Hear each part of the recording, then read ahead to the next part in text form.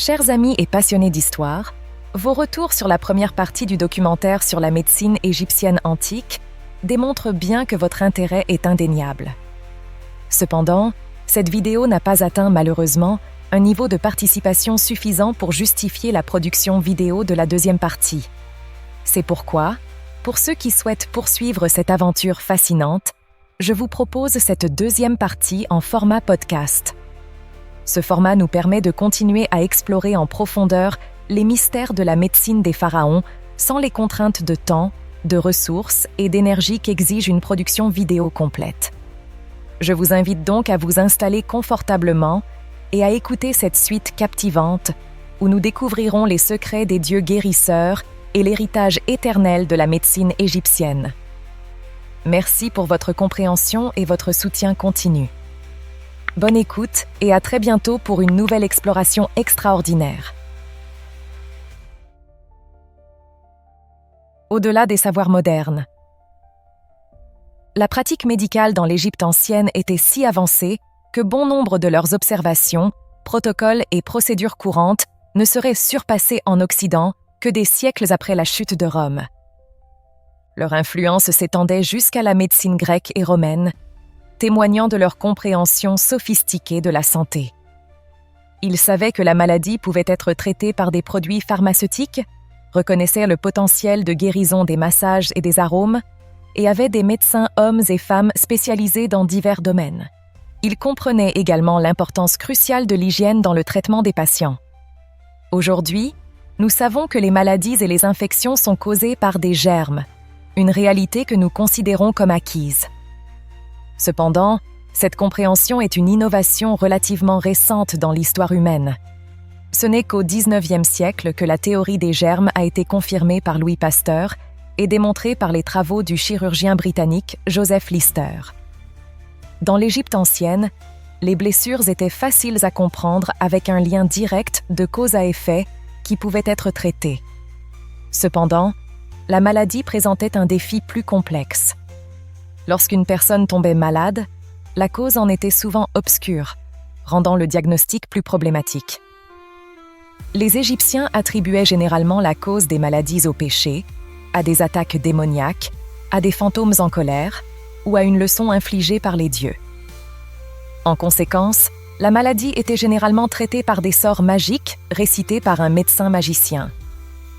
La fameuse égyptologue Barbara Watterson observe que le premier docteur était un magicien, car les Égyptiens croyaient que la maladie et les maux étaient causés par une force maléfique entrant dans le corps. Dans cette deuxième partie de notre documentaire, La médecine des pharaons, nous explorerons encore plus profondément ces pratiques mystérieuses et avancées pour leur époque.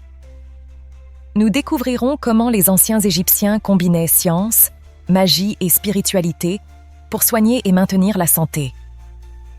De l'influence du grand Imhotep, considéré comme le premier médecin de l'histoire, au rituel complexe des prêtres de Sekhmet, nous révélerons les secrets fascinants de la médecine égyptienne antique. Préparez-vous donc à une plongée captivante dans un monde dans lequel les dieux guérisseurs et les praticiens mortels travaillaient main dans la main pour lutter contre la maladie et préserver la vie. Embarquons pour une aventure inoubliable à travers le temps, où chaque chapitre dévoilera des aspects inédits et intrigants de cette médecine ancienne. Imhotep et les premières femmes médecins. Les praticiens de la médecine dans l'Égypte ancienne pouvaient être des hommes ou des femmes, et ils étaient tenus en haute estime pour leurs compétences et leur savoir. Parmi eux, Imhotep, souvent considéré comme le premier médecin de l'histoire, s'est élevé au rang de divinité de la médecine et de la guérison. Imhotep, vers 2600 avant Jésus-Christ, est principalement connu pour avoir conçu la pyramide à degrés de Djéser à Saqqara. Cependant, son héritage en médecine est tout aussi impressionnant. Il est crédité d'avoir initié la médecine laïque, en postulant que les maladies avaient des causes naturelles et n'étaient pas simplement des punitions divines. Ces traités ont posé les fondations de la médecine rationnelle en Égypte. Les femmes jouaient également un rôle crucial dans la pratique médicale dès le début de la période dynastique. Mérit Ptah, vers 2700 avant Jésus-Christ, est reconnue comme la première femme médecin nommée dans l'histoire mondiale. Elle occupait le poste prestigieux de médecin en chef de la cour royale. D'autres indices suggèrent l'existence d'une école de médecine dirigée par une femme au temple de Neit à Saïs, en Basse-Égypte, vers 3000 avant Jésus-Christ, bien que son nom reste inconnu. Une autre figure importante est Pézéhet, vers 2500 avant Jésus-Christ, souvent mentionnée comme la première femme médecin documentée. Elle portait le titre de « Dame surveillante des femmes médecins », probablement associée à l'école de Saïs. Cela atteste de la présence significative de femmes dans le domaine médical à cette époque. La légende d'Agnodis d'Athènes, du IVe siècle avant Jésus-Christ, illustre l'influence durable des pratiques médicales égyptiennes. Refusée dans la profession médicale en raison de son sexe, elle se rendit en Égypte où les femmes étaient respectées en tant que praticiennes médicales. Cette histoire souligne la reconnaissance des compétences médicales des femmes en Égypte par rapport à d'autres cultures. La formation des médecins en Égypte antique reste partiellement mystérieuse, bien que des écoles importantes aient existé à Alexandrie et Saïs. Les médecins devaient être alphabétisés et rituellement purs, se baignant aussi fréquemment que les grands prêtres pour maintenir cette pureté. Chaque médecin avait une spécialité, mais il existait aussi des sunnu, médecins généralistes, et des sao, spécialistes en magie. En plus des médecins, la société égyptienne comptait des sages-femmes, masseurs, infirmières et voyants. Les sages-femmes, exclusivement féminines, géraient les accouchements sans l'intervention des médecins. Caroline Graves Brown, égyptologue, souligne que les textes médicaux égyptiens incluent des informations gynécologiques, mais pas obstétricales. Et les scènes d'accouchement montrent uniquement des femmes, souvent assistées par des déesses, comme décrit dans le papyrus Westcar. L'infirmière, homme ou femme, était un professionnel de santé respecté, bien qu'il n'existe pas de preuve d'une formation professionnelle formelle. Les nourrices jouaient un rôle crucial, surtout en cas de décès maternel, assurant la survie des nouveau-nés. Ces nourrices, particulièrement valorisées, étaient parfois associées aux divins, notamment à l'époque du Nouvel Empire. Ainsi, les Égyptiens avaient également développé des pratiques sophistiquées en matière de gynécologie, d'obstétrique et de reproduction. Ces domaines, essentiels à la continuité de la vie et à la santé des femmes, révèlent une autre facette fascinante de leur expertise médicale. Nous allons passer en revue les méthodes et les remèdes utilisés par les anciens Égyptiens pour traiter les problèmes de santé féminine. De la contraception aux techniques d'accouchement, en passant par les rituels de fertilité, nous découvrirons comment ils assuraient le bien-être des femmes et des nouveau-nés.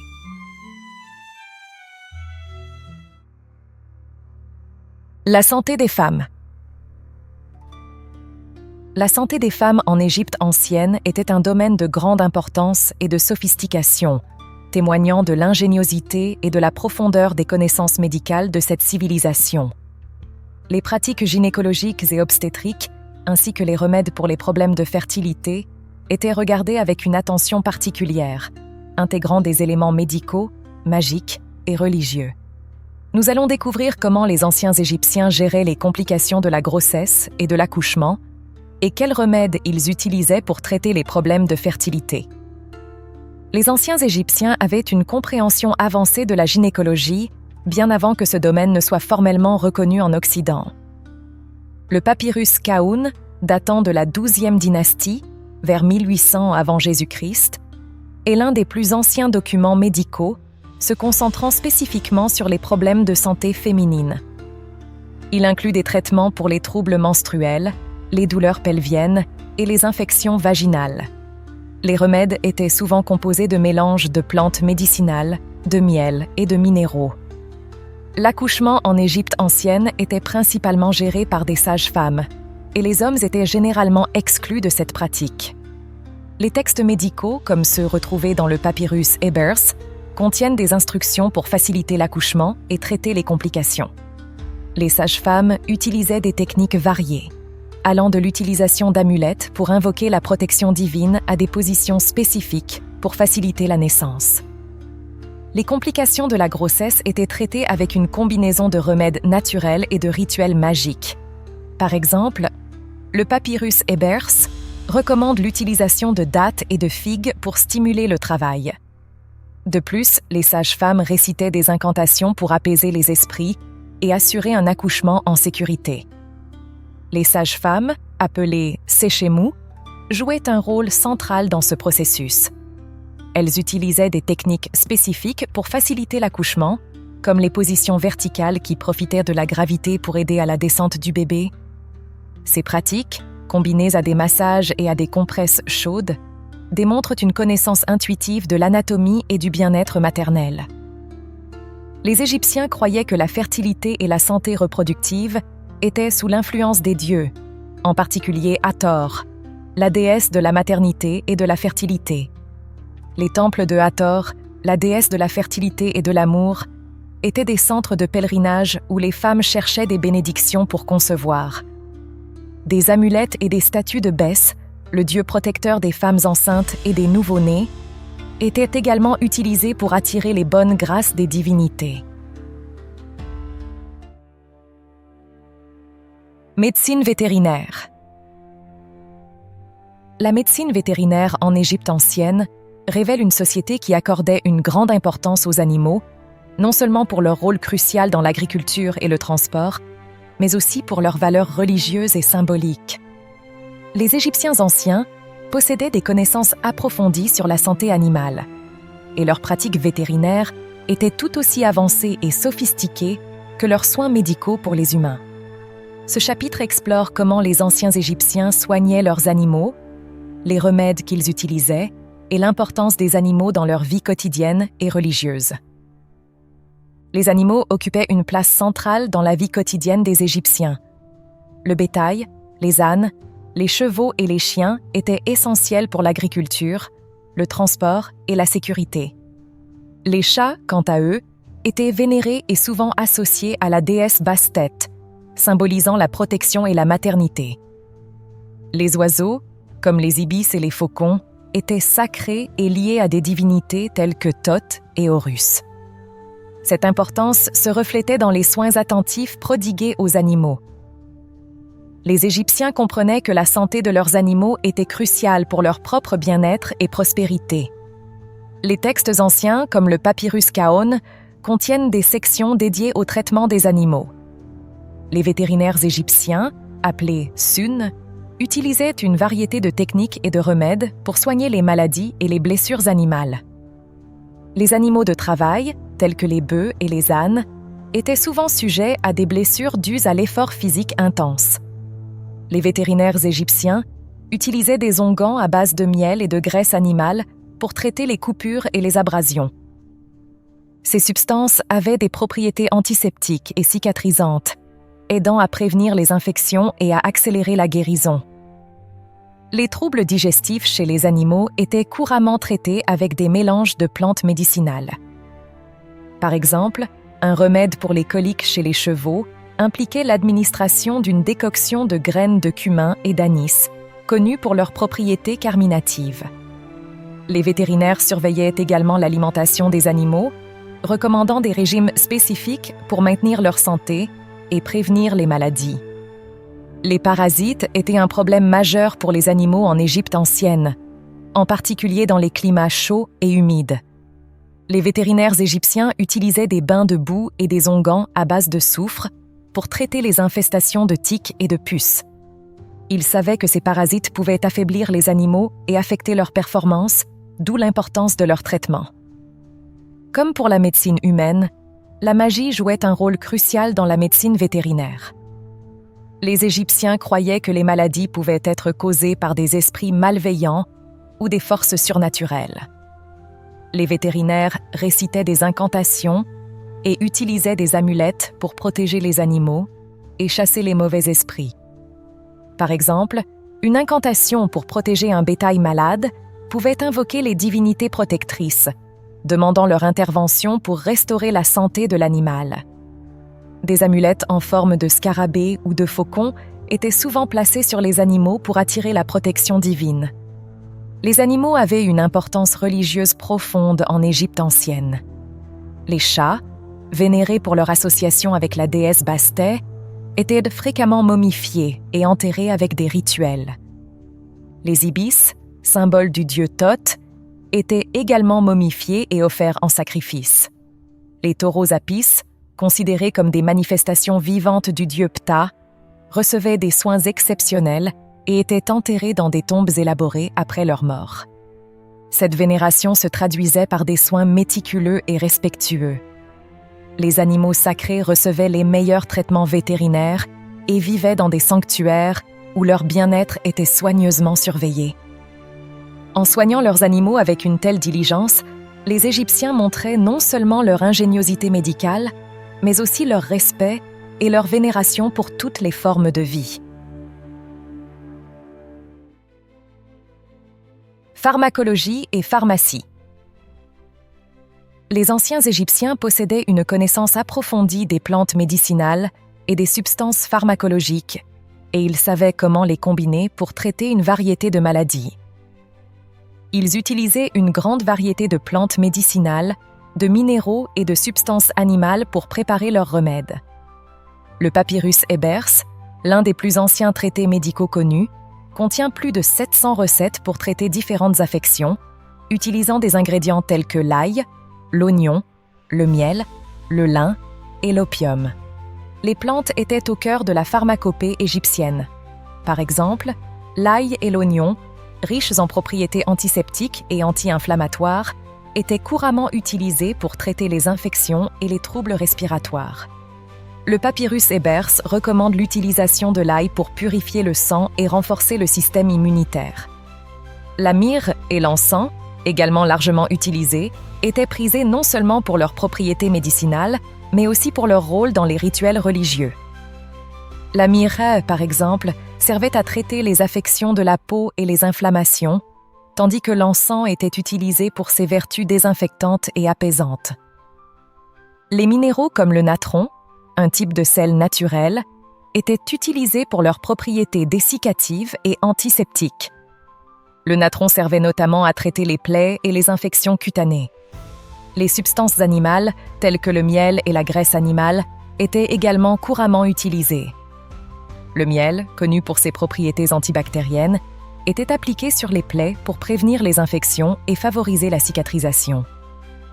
Les anciens Égyptiens maîtrisaient diverses techniques de préparation des remèdes, allant des infusions et décoctions aux onguents et cataplasmes. Le papyrus Ebers et d'autres textes médicaux détaillent ces méthodes de manière systématique. Les infusions et les décoctions étaient des méthodes courantes pour extraire les principes actifs des plantes. Par exemple, une infusion de feuilles de sycomore était utilisée pour traiter les affections digestives. Les décoctions, quant à elles, impliquaient de faire bouillir des plantes dans de l'eau pour en extraire les composés médicinaux, comme une décoction de graines de lin pour soulager les inflammations internes. Les onguents étaient préparés en mélangeant des huiles ou des graisses animales avec des plantes broyées ou des résines. Ces onguents étaient appliqués sur la peau pour traiter les blessures, les brûlures et les infections. Par exemple, un onguent à base de miel et de graisse de crocodile était utilisé pour soigner les plaies ouvertes. Les cataplasmes, composés de plantes écrasées et de substances argileuses, étaient appliqués sur les zones enflées ou douloureuses pour réduire l'inflammation et la douleur. Le papyrus Ebers décrit un cataplasme à base d'argile et de miel pour traiter les abcès. La médecine égyptienne intégrait étroitement la magie et la religion. Les remèdes étaient souvent accompagnés d'incantations et de rituels pour renforcer leur efficacité. Les prêtres médecins récitaient des formules magiques pour invoquer les dieux et les esprits protecteurs, croyant que ces incantations pouvaient augmenter la puissance curative des remèdes. Par exemple, pour traiter une douleur intense, un médecin pouvait appliquer un onguent tout en récitant une prière à Sekhmet, la déesse de la guérison. Ces pratiques montrent l'importance de la dimension spirituelle dans la médecine égyptienne.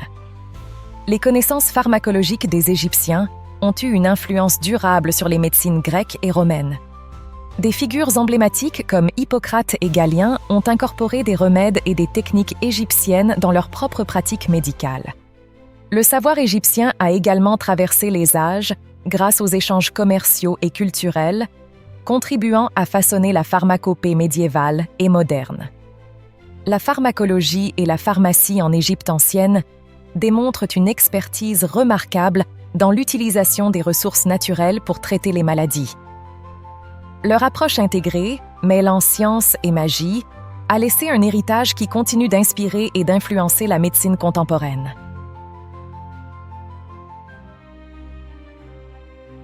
Hygiène personnelle et générale. La propreté et l'hygiène étaient des aspects fondamentaux de la vie en Égypte antique, tant pour des raisons de santé que pour des raisons religieuses et sociales. Les Égyptiens avaient une compréhension avancée de l'importance de l'hygiène pour prévenir les maladies et maintenir le bien-être. Ce chapitre explore les pratiques d'hygiène personnelle et générale en Égypte antique, mettant en lumière leurs techniques de purification, de nettoyage et de soins corporels, ainsi que leur impact sur la santé publique. Les Égyptiens prenaient grand soin de leur hygiène personnelle. Ils se baignaient fréquemment, souvent 2 fois par jour, en utilisant des bassins d'eau ou des bains publics situés à proximité des temples et des maisons. L'eau était un symbole de pureté et était considérée comme essentielle à la santé. Les Égyptiens utilisaient des savons à base de cendres et d'argile, mélangés avec des huiles parfumées, pour se laver le corps. Les rituels de purification faisaient partie intégrante de la routine quotidienne, en particulier pour les prêtres et les personnes impliquées dans les rites religieux. Les prêtres se rasaient souvent la tête et le corps pour éviter les parasites et pour respecter les normes de pureté rituelles. Les Égyptiens utilisaient divers produits pour entretenir leur peau et leurs cheveux. Les huiles et les onguents, souvent à base de myrrhe, d'encens, de cèdre et d'autres ingrédients parfumés, étaient appliqués pour hydrater et protéger la peau contre les effets du soleil et du climat désertique. Le maquillage, notamment le kohl pour les yeux, était également couramment utilisé, non seulement pour des raisons esthétiques, mais aussi pour ses propriétés protectrices contre les infections oculaires. Les perruques étaient populaires et portées par les hommes et les femmes, généralement fabriquées à partir de cheveux humains ou de fibres végétales, et traitées avec des huiles pour les conserver en bon état. Les Égyptiens prenaient par ailleurs soin de maintenir la propreté de leurs habitations.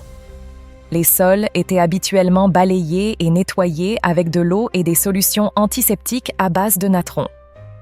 Les maisons étaient construites avec des matériaux qui permettaient une ventilation naturelle, réduisant ainsi l'humidité et la prolifération des bactéries. Les toilettes étaient souvent situées à l'extérieur des habitations et les déchets étaient collectés et utilisés comme engrais pour l'agriculture.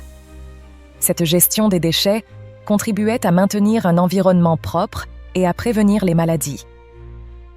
L'hygiène alimentaire était une autre préoccupation majeure. Les Égyptiens savaient qu'une mauvaise alimentation pouvait entraîner des maladies. Les aliments étaient soigneusement lavés et préparés, et les ustensiles de cuisine étaient régulièrement nettoyés. Les récipients en céramique et en métal étaient utilisés pour stocker les aliments et les boissons, protégeant ainsi les provisions des contaminants. Les rituels de purification étaient omniprésents dans la vie religieuse égyptienne. Avant d'entrer dans les temples ou de participer aux cérémonies, les Égyptiens devaient se purifier en se lavant avec de l'eau bénite. Les prêtres effectuaient des ablutions rituelles plusieurs fois par jour, utilisant des bassins d'eau sacrés pour se laver les mains et les pieds. Ces pratiques visaient à éliminer les impuretés physiques et spirituelles, assurant ainsi un état de pureté nécessaire pour entrer en contact avec le divin. Les pratiques d'hygiène en Égypte ancienne avaient un impact significatif sur la santé publique. La prévention des maladies grâce à des mesures d'hygiène personnelle et générale a permis de réduire les infections et d'améliorer le bien-être général de la population. Les bains fréquents, la propreté des habitations et les pratiques alimentaires sûres ont contribué à maintenir une société en bonne santé. Mort, sépulture et embaumement. La mort et l'au-delà occupaient une place centrale dans la culture égyptienne antique, façonnant de nombreux aspects de la vie quotidienne, y compris la médecine. Les Égyptiens croyaient fermement en une vie après la mort et considéraient la préservation du corps comme essentielle pour garantir cette immortalité. Ce chapitre explore les croyances égyptiennes sur la mort, les pratiques de sépulture et l'art complexe de l'embaumement, révélant comment ces rituels visaient à assurer une vie éternelle. Les anciens Égyptiens croyaient que la mort n'était pas une fin, mais un passage vers une autre forme d'existence. Cette croyance était intimement liée à leur vision de l'univers, où la vie après la mort dépendait de la préservation du corps et de l'âme. Selon leur croyance, l'âme humaine était composée de plusieurs parties, notamment le Ka, force vitale, le Ba, personnalité, et l'Ak, forme glorifiée. Un élément central des croyances égyptiennes était le jugement de l'âme dans l'au-delà. Après la mort, le défunt devait se présenter devant Osiris, le dieu des morts, pour que son cœur soit pesé contre la plume de Maat, symbole de la vérité et de la justice. Si le cœur était jugé pur, l'âme accédait à l'éternité dans les champs d'Yalou, un paradis verdoyant. Sinon, l'âme était dévorée par Amit, une créature monstrueuse. Les pratiques de sépulture étaient conçues pour assurer que le défunt soit bien préparé pour le voyage vers l'au-delà. Les tombes étaient aménagées avec soin, incluant des provisions, des objets personnels et des amulettes destinées à protéger le défunt et à faciliter son passage vers l'éternité. Les tombes égyptiennes allaient des simples fosses aux complexes pyramides royales. Les pharaons étaient souvent enterrés dans des pyramides ou des tombes richement décorées dans la vallée des rois, contenant des trésors et des inscriptions détaillant les rituels nécessaires pour l'au-delà. Les tombes des nobles et des citoyens riches incluaient des chapelles funéraires pour les offrandes et des chambres pour les sarcophages. Les offrandes funéraires étaient cruciales pour la subsistance du défunt dans l'au-delà. Elles comprenaient des aliments, des boissons, des vêtements et des objets personnels. Des statuettes de serviteurs, appelées Usheptis, étaient souvent placées dans les tombes pour servir le défunt dans l'au-delà. Des textes funéraires, comme le livre des morts, accompagnaient le défunt, fournissant des instructions et des sortilèges pour naviguer dans l'autre monde. L'embaumement était au cœur des pratiques funéraires égyptiennes, visant à préserver le corps pour l'éternité. Cette technique complexe et rituelle était réalisée par des prêtres spécialisés, appelés les prêtres embaumeurs. Le processus d'embaumement durait environ 70 jours et comprenait plusieurs étapes précises. Purification. Le corps du défunt était lavé avec de l'eau du Nil et des onguents sacrés. Éviscération. Les organes internes, à l'exception du cœur, étaient retirés et placés dans des vases canopes, chacun protégé par une divinité spécifique. Le cerveau était retiré par les narines à l'aide d'un crochet. Déshydratation. Le corps était couvert de natron, un sel naturel, pour le dessécher et prévenir la décomposition. Embaumement. Une fois déshydraté, le corps était enduit d'huile et de résine pour assouplir la peau et éviter les attaques des bactéries. Emballage. Le corps était ensuite enveloppé dans de longues bandes de lin, parfois accompagnées d'amulettes et de talismans pour protéger le défunt dans l'au-delà. Chaque étape de l'embaumement avait une signification spirituelle, destinée à protéger et revitaliser le défunt pour sa vie après la mort. Par exemple, l'éviscération et le placement des organes dans des vases canopes étaient censés préserver les parties essentielles du corps pour l'au-delà. Les amulettes placées entre les bandelettes étaient destinées à protéger le défunt contre les dangers spirituels. Les techniques d'embaumement égyptiennes ont profondément influencé les pratiques funéraires de nombreuses cultures ultérieures. Les connaissances égyptiennes sur la préservation des corps ont été transmises aux Grecs et aux Romains, et certains aspects de ces techniques sont encore utilisés dans les pratiques modernes de thanatopraxie. Dieu guérisseur et héritage éternel.